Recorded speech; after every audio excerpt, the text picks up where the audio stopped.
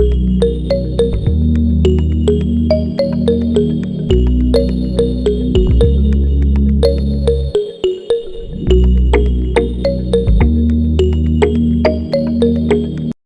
bénis l'Éternel pour ce premier jour de séminaire sous le terme le discipulat familial.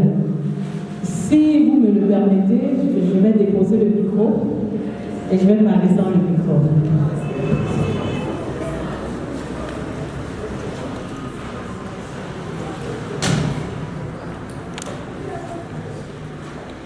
Jésus s'étant approché, leur parlant ainsi. Tout pouvoir m'a été donné dans le ciel et sur la terre. Allez, faites de toutes les nations des disciples, les baptisant au nom du Père, du Fils et du Saint-Esprit, et enseignez-leur à observer tout ce que je vous ai prescrit. Et voici, je suis avec vous tous les jours, jusqu'à la fin du monde. Tant qu'un homme sera dans les ténèbres, je m'investirai et j'investirai. Tant que les hommes n'aimeront pas leurs femmes, en Christ a aimé et dirigé l'Église, je m'investirai et j'investirai. Tant que les femmes ne seront pas soumises à leur mari, comme Sarah l'était à Abraham, au point de l'appeler Seigneur, je m'investirai et j'investirai. Tant que les couples ne vivront pas l'unité, la complémentarité, la sainte descendance biologique et spirituelle, je m'investirai et j'investirai. Tant que les enfants, tant que les adolescents, tant que les jeunes, tant que les célibataires seront confrontés à une crise de modèle et de référence, je m'investirai et j'investirai. Tant que les familles n'auront pas pour socle une fondation d'amour inconditionnel, un autel de prière personnelle, conjugale, familiale, rempli de la puissance du Saint-Esprit, les enfants régénérés, l'unité et les finances consacrées à Dieu, je m'investirai et j'investirai. Tant que la lumière de Christ ne brillera pas sur les familles, l'éducation, la religion, l'art, la politique, l'économie et les médias, je m'investirai et j'investirai. Tant que, point de suspension, je m'investirai et j'investirai. Que la paix de Dieu repose sur vous. Je ne sais pas quel est votre engagement pendant que vous acclamez. Je ne sais pas quel est votre engagement pendant que vous applaudissez. Mais j'ai choisi de bâtir une famille selon le cœur de Dieu et d'équiper d'autres familles pour qu'elles deviennent également des familles selon le cœur de Dieu. C'est toujours un privilège pour nous d'enseigner pendant les séminaires et les conférences dans le but d'équiper le corps de Christ, dans le but d'équiper les serviteurs de Dieu à bâtir des ministères de la famille et des ministères dans la famille. Parce que la nuance en vaut la paix. Alors pour cet après-midi, nous allons parler de 4 choses essentielles. Une famille selon le cœur de Dieu, les parents selon le cœur de Dieu, le besoin d'une éducation sexuelle selon le standard divin. Et nous allons clore par le discipulat familial, comment commencer votre ministère de discipulat dans votre famille. Voilà en quelque sorte de résumé les 4 points qui vont constituer l'ossature de notre entretien cet après-midi. Alors une famille selon le cœur de Dieu, Dieu est famille. La famille de Dieu est constituée de Dieu le Père, Dieu le Fils et de Dieu le Saint-Esprit. Les 3 sont parfaitement unis et vivent dans une harmonie céleste, dans une harmonie divine. Dieu le Père est le Créateur, il est l'ordonnateur. Dieu le Fils est le Sauveur, c'est l'exécutant. Et Dieu, le Saint-Esprit, est la source de puissance, est le consolateur. Et vous n'avez jamais vu ces 3-là en discorde. Ce qui fait leur force, c'est qu'ils sont parfaitement unis. C'est une famille dans laquelle chacun joue son rôle, chacun fait sa part. Et vous pouvez me poser la question de savoir, est-ce à dire que si l'autre ne fait pas sa part, je ne peux pas bâtir une famille selon le cœur de Dieu? Loin de là. Il est encore possible de bâtir une famille selon le cœur de Dieu, même si tu es l'unique enfant de Dieu dans ta famille. Même si tu es l'unique converti. C'est possible. Une famille selon le cœur de Dieu, c'est une famille qui a une fondation d'amour inconditionnel. Vous savez, la fondation est déterminante. C'est la fondation qui détermine le nombre de bâtisses qu'on peut poser sur la fondation elle-même. Donc la fondation est capitale, la fondation est déterminante. Et une famille selon le cœur de Dieu a une fondation d'amour inconditionnel. Et je vais m'appesantir sur les 5 caractéristiques d'un amour inconditionnel selon la Bible. Quand on parle de l'amour inconditionnel, à quoi est-ce que cela renvoie? Tout le monde parle de l'amour, mais Dieu est l'unique personne qui puisse définir l'amour tel qu'il entend, tel qu'il le vit et tel qu'il expérimente. Parce que toute la Bible, c'est une histoire d'amour. L'amour de Dieu pour son peuple. L'histoire d'amour de Dieu pour son peuple. Alors, l'amour inconditionnel a 5 caractéristiques. La première caractéristique, c'est que c'est un amour éternel. C'est un amour qui n'a pas de fin. C'est un amour qui ne change pas. Il demeure. Il demeure. Parce qu'il est basé sur notre relation avec Dieu. Ce n'est pas une question de religion. La religion m'a enseigné peu de choses. Mais la relation avec Christ m'a tout enseigné. Jérémie 31, 3, le Seigneur le dit au travers de son serviteur, je t'aime d'un amour éternel, d'un amour qui ne finit jamais, d'un amour qui ne change pas, d'un amour qui ne varie pas. Et c'est cet amour qui doit être le socle de nos maisons, le socle de nos familles. Et pendant que je priais pour ce programme, le Seigneur m'a révélé quelque chose de très fort. Il m'a dit, Naomi, il vaut mieux une famille unie avec des problèmes qu'une famille divisée sans problème. C'est tellement fort. Il vaut mieux une famille unie avec des problèmes qu'une famille divisée sans problème. Une famille unie avec des problèmes, c'est une famille où, en fait, ils ont pris le dessus sur leurs problèmes. Ils ont de l'ascendance sur leurs problèmes. Ils savent que même si tel ou tel ne joue pas son rôle, le plus important, c'est que nous soyons unis. Donc le problème ou les problèmes de la famille sont en dessous de la relation familiale. Et je voudrais dire à quelqu'un qui nous écoute ce soir que quelle que soit la discorde, quelle que soit la division, est le dessus sur le problème. Que la relation avec ton fils, avec ta fille, avec ta femme demeure, même si la communion est brisée. Ton fils peut quitter la maison parce qu'il est désobéissant et têtu, mais il demeure ton fils, elle demeure ta fille parce que son sang va continuer à couler dans tes veines. La relation peut être brisée parce que vous n'êtes plus en accord. Donc il vaut mieux une famille unie avec des problèmes qu'une famille divisée sans problème. Elle est divisée sans problème. Qu'est-ce que cela signifie? Cela signifie qu'on se connaît tellement bien que nous vivons chacun de son côté au lieu d'être unis.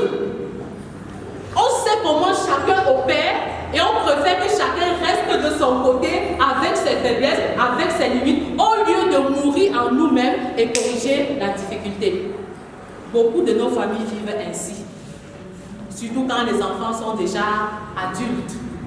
Chacun respecte la distance prescrite par l'autre.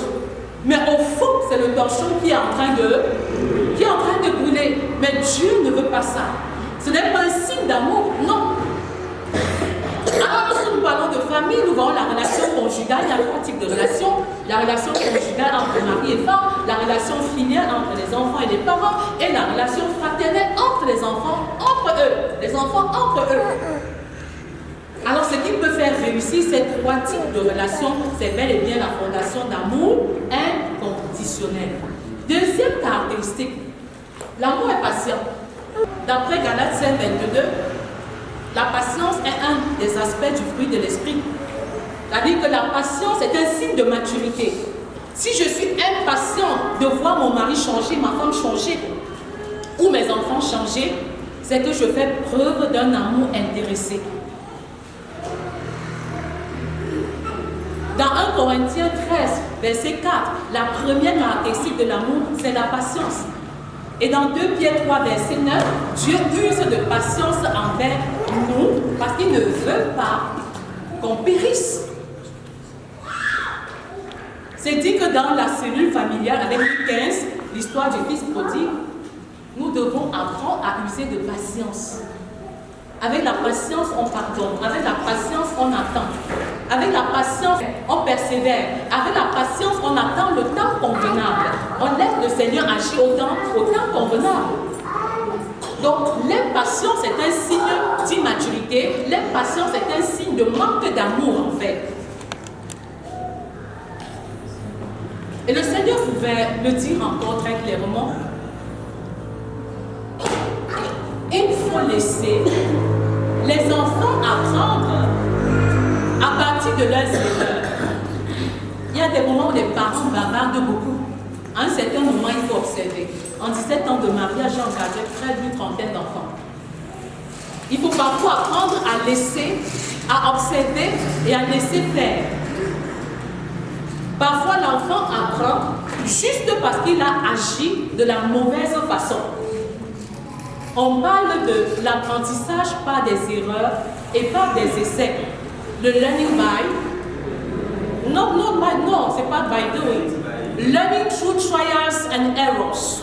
L'apprentissage par des essais et des erreurs. Il faut laisser trial, T-R-I-A-L,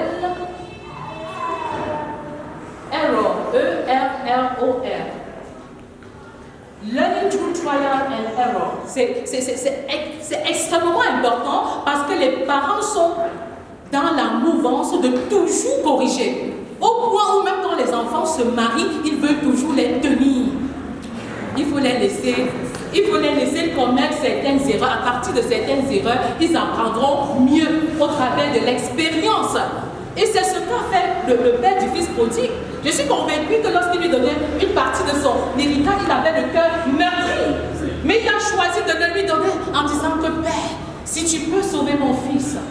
Et le Seigneur a exaucé sa prière. Parce qu'on cite souvent cette histoire juste pour voir l'aspect négatif de la chose. Mais je vois un aspect très positif. Ce que les prières d'un papa peuvent opérer dans la vie d'un enfant. Alléluia.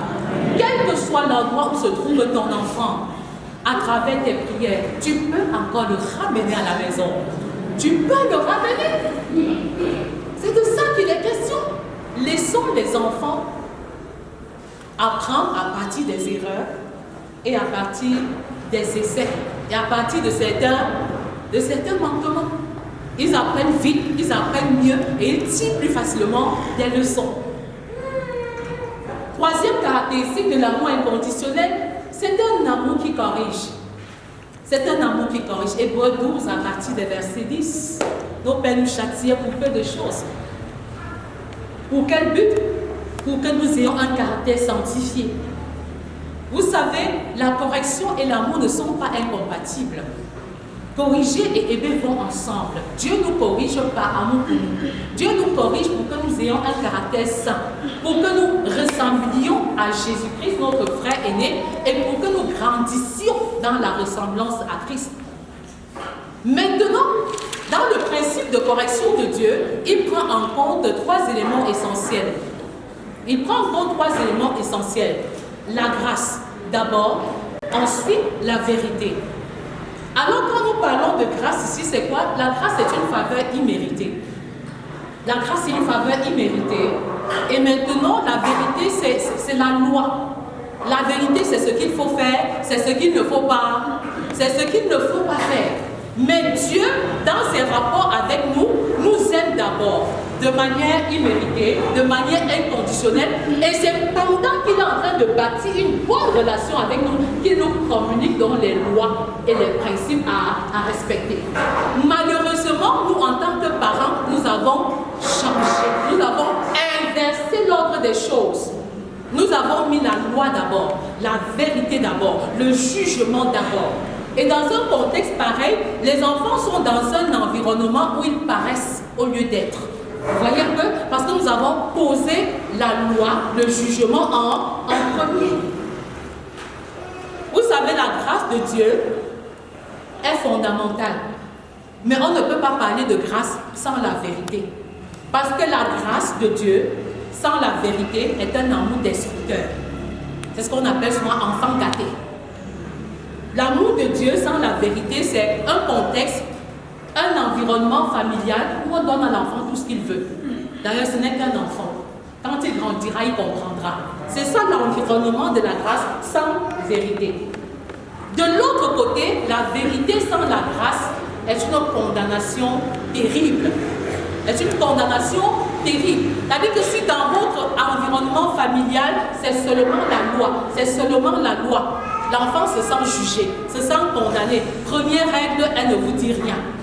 Voyez un peu, il préfère s'exprimer à l'extérieur.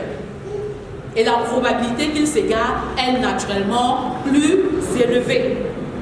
Mais maintenant, il est question d'associer la grâce et la vérité, parce que les deux sont garantes d'un équilibre. Voilà le socle de la correction selon Dieu. Les deux doivent être totalement associés. Quatrième caractéristique, l'amour de Dieu est stable. Romains 8, 38 à 39.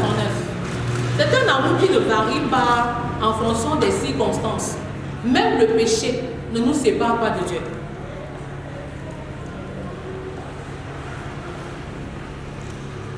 Le péché peut tuer la communion. Le péché rompt la communion avec Dieu, mais ne va jamais rompre la relation avec Dieu, parce que notre relation avec Dieu est éternelle. Et Moïse avait mieux compris la stabilité de l'amour de Dieu quand il a dit à Dieu: enlève mon nom dans ton livre de vie. Enlève mon nom. Quand le Seigneur voulait détruire le peuple pécheur et désobéissant, le peuple rebelle à la tête au pouvoir, Moïse lui dit: enlève plutôt mon nom du livre de vie. Pendant que le Seigneur lui dit: non, mais je vais te susciter une autre génération et je détruirai tout ce peuple. Parce qu'ils ne m'obéissent pas, ils ne m'honorent pas. Moïse connaissait Dieu, il connaissait la nature de Dieu. Il savait que Dieu, aussi juste, vrai et stable qu'il est, ne saurait enlever son nom dans le livre de vie. Et un autre argument qu'il donne, c'est quoi? C'est que bon, voilà, Dieu, tu vois, si tu détruis ce peuple, les peuples environnants, si tu détruis mon peuple, les peuples environnants diront que mais pourquoi tu as fait sortir ce peuple de la servitude d'Égypte? Était-ce pour qu'ils viennent mourir dans le désert? Donc il avait cette conviction-là, il avait cette intimité avec Dieu-là, de ce que l'amour de Dieu est stable. Il ne change pas. Même les circonstances les plus difficiles ne changent pas l'amour, ne changent pas l'amour de Dieu. Et c'est ce qui devrait caractériser notre relation filiale, notre relation conjugale et même notre relation fraternelle. Cinquième et dernière caractéristique, l'amour de Dieu est sans condition. L'amour de Dieu est sans condition. Il nous aime tels que nous sommes, avec nos forces et nos faiblesses.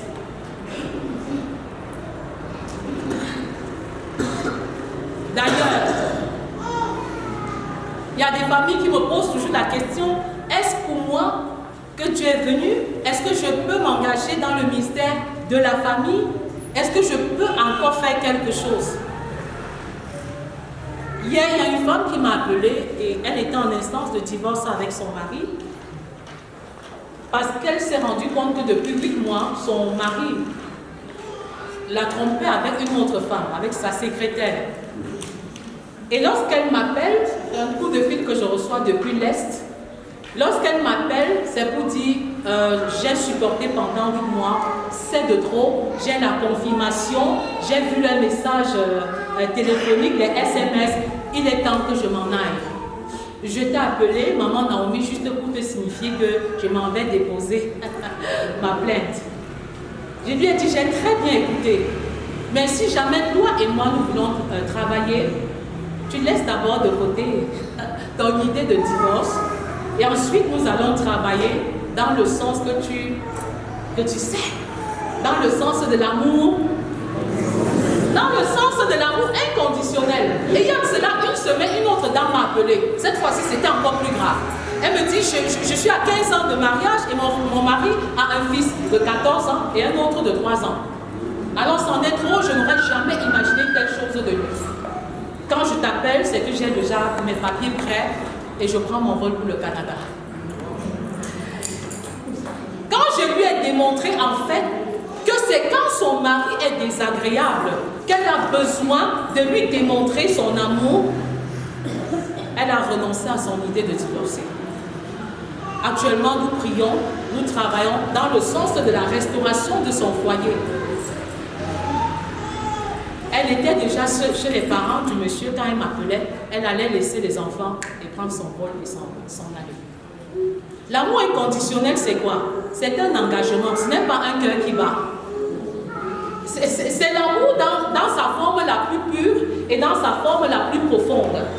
C'est un amour qui, humainement parlant, ne peut pas être vécu ou expérimenté. Aucun homme ne peut aimer d'un amour inconditionnel et aucune femme ne peut aimer de l'amour inconditionnel. Mais Romains 5, Dieu répand l'amour inconditionnel, il répand l'amour dans notre cœur par le Saint-Esprit qui nous a été donné. Car l'espérance ne trompe point. Donc il est question, toi qui m'écoutes, d'ouvrir ton cœur. Ne pas demander cet amour parce que cet amour est disponible dès que tu es enfant de Dieu, mais t'engager à manifester cet amour-là. Alléluia. Tu as une femme rebelle et insoumise. Tu as un mari adultère et délinquant. C'est le moment où plus que jamais, tu dois lui montrer que tu es capable, par la puissance du Saint-Esprit, qui est ta capacité, qui est notre capacité, de l'aimer sans condition. Alléluia. L'amour inconditionnel, je le disais, c'est un engagement. C'est un amour surnaturel. C'est un amour, en fait, qui est mystérieux. Et la particularité, suivez mon regard, de l'amour inconditionnel, c'est qu'il dépend de la personne qui aime et non de la personne aimée. Oui, c'est ça. Dieu nous aime parce qu'il s'est engagé à nous aimer. Son amour pour nous ne dépend pas de ce que nous sommes. La preuve, c'est que Dieu prouve son amour envers nous en ce que, lorsque nous étions encore des pécheurs, Christ est mort pour nous. Romains 5, oui. C'est de ça qu'il est question. Malheureusement, les gens se séparent, les familles se séparent, les couples se séparent au moment où ils ont le plus besoin de démontrer leur amour inconditionnel. Alléluia. Si tu t'engages à démontrer cet amour, le Seigneur te tient par la main. Et tu te trouves en train de réaliser ce qui est humainement impossible. C'est ça une famille, selon le cœur de Dieu. L'amour inconditionnel pardonne tout, excuse tout. Jésus pardonne à son bourreau à la croix. Joseph pardonne à ses frères, malgré le mal qu'ils ont fait. L'amour inconditionnel et le pardon inconditionnel vont ensemble. C'est pourquoi il faut pardonner à ton mari, à ta femme et à chacun de tes enfants. Et la force se trouve en Dieu. Et en Dieu seul. En toi-même, tu ne peux pas trouver la force. En toi-même, tu ne peux pas trouver la ressource. En toi-même, tu ne peux pas trouver la capacité qu'il faut. Mais le Seigneur te dit, je ne suis pas venu pour les familles qui sont en bonne santé. Je suis venu pour des familles qui sont malades. Alléluia. Oui, parce que ce ne sont pas ceux qui sont en bonne santé qui ont besoin de médecins. Je suis venu, dit l'Éternel, pour les familles qui sont malades, pour des familles qui sont divisées, pour des familles qui sont sans dessus-dessous. Et je ferai éclater ma gloire au travers de tes difficultés. Je ferai éclater ma gloire au travers des difficultés, des problèmes que vous rencontrez. C'est pour cela que Christ est venu. Mais pour y parvenir, tu as besoin d'être baptisé du Saint-Esprit. Tu as besoin d'être baptisé de feu. Et Jean-Baptiste dit, celui qui vient après moi est plus fort que moi. Je ne suis pas digne de tenir la courroie de ses pieds. Je vous ai baptisé d'eau, mais celui-là, il vous baptise de feu. Il vous baptise de feu. Est-ce que tu veux être baptisé de feu? Est-ce que tu veux être rempli du feu du Saint-Esprit pour avoir l'équipement adéquat? L'équipement adéquat pour bâtir une famille selon le cœur de Dieu. Au-delà de l'amour inconditionnel, une famille selon le standard de Dieu doit être une famille qui prie, doit être une famille qui travaille à ce que les enfants rencontrent le Seigneur, doit être une famille où les finances sont consacrées à Dieu, une famille qui est unie. Mais de nos jours, on se rend compte que Dieu bénit les couples, Dieu bénit les familles, au lieu que l'argent soit une source de bénédiction, mais c'est plutôt une source de discorde et de disharmonie. Tel n'est pas le plan de Dieu. Tel n'est pas son plan, tel n'est pas son projet. C'est pourquoi tu as besoin du Saint-Esprit. C'est pourquoi tu as besoin d'être baptisé de feu du Saint-Esprit. Matthieu 3:11. Est-ce que tu peux soupirer d'être baptisé du Saint-Esprit? Luc 11, verset 13. Si tu le demandes, il te le donne. Éphésiens 5, verset 18. Ne vous enivrez pas de vin, c'est de la débauche, mais soyez au contraire remplis de l'Esprit. Soyez au contraire remplis de l'Esprit. Père, je te bénis pour chaque parent dans cette salle. Je te bénis pour les enfants, je te bénis pour les jeunes. Et je prie afin que tu les visites d'une façon particulière. Père, que tu les baptises de ton feu, de ta puissance, de ta capacité, afin que quel que soit le degré de meurtrissure, le degré de leur douleur, le tréfonds de leur blessure, qu'ils soient complètement restaurés au nom puissant de Jésus. Amen. Merci Seigneur parce que tu visites les familles. Tu visites les familles. Tu guéris les cœurs brisés. Tu restaures ceux qui souffrent dans leur chair de quelque manière que ce soit. La volonté parfaite de Dieu pour toi n'est pas la maladie, mais la santé et la guérison. Au moment où je parle, quel que soit le mal, au niveau du cœur, le Seigneur te visite. Les feux, les flammes de feu sont allumées dans cette salle, comme ces lampes de feu qui étaient sur les disciples. Il y en a qui reçoivent leur baptême à partir des pieds. Il y a la flamme de feu qui monte. Il y a cette chaleur qui monte à partir de la plante des pieds. Seigneur, nous te bénissons pour ta visitation. Nous confessons, Seigneur notre Dieu, que ce peuple n'est pas là pour la maladie, quelle que soit l'origine de leur maladie. Je confesse que l'ennemi a échoué au nom de Jésus. Amen. Parce que c'est lui qui est le responsable des maladies avec ses démons. Et quelle que soit l'origine d'une maladie qui aurait été ton partage à cause d'un péché, je proclame maintenant, en tant que servant de l'Éternel, choisi et établi par Dieu, mandaté pour la restauration des familles, je confesse et je déclare la restauration complète au nom de Jésus. Amen. Vous recevez votre guérison maintenant. Ésaïe 53, verset 5. Par les meurtrissures de Christ, vous êtes restaurés. Par les meurtrissures de Christ, vous êtes libérés. Refuse la maladie, résiste à la maladie, refuse de porter un fardeau que Christ a déjà porté à la croix. Je marche sur les lions, je marche sur les fibromes, je marche sur les cancers. Au nom de l'autorité qui m'est donnée de marcher sur les serpents, les scorpions et sur toute la puissance de l'ennemi, et qu'en retour rien ne pourra me nuire. Je déclare que vous êtes restaurés en Jésus. Je proclame votre guérison par le sang de l'agneau, le sang qui a coulé à la croix. pour que nous soyons en santé. Je confesse que vos corps ne sont plus le temple des maladies, mais le temple du Saint-Esprit. L'habitation du Saint-Esprit. Saint-Esprit règne ici en résident permanent au nom puissant de Jésus. Amen. Amen.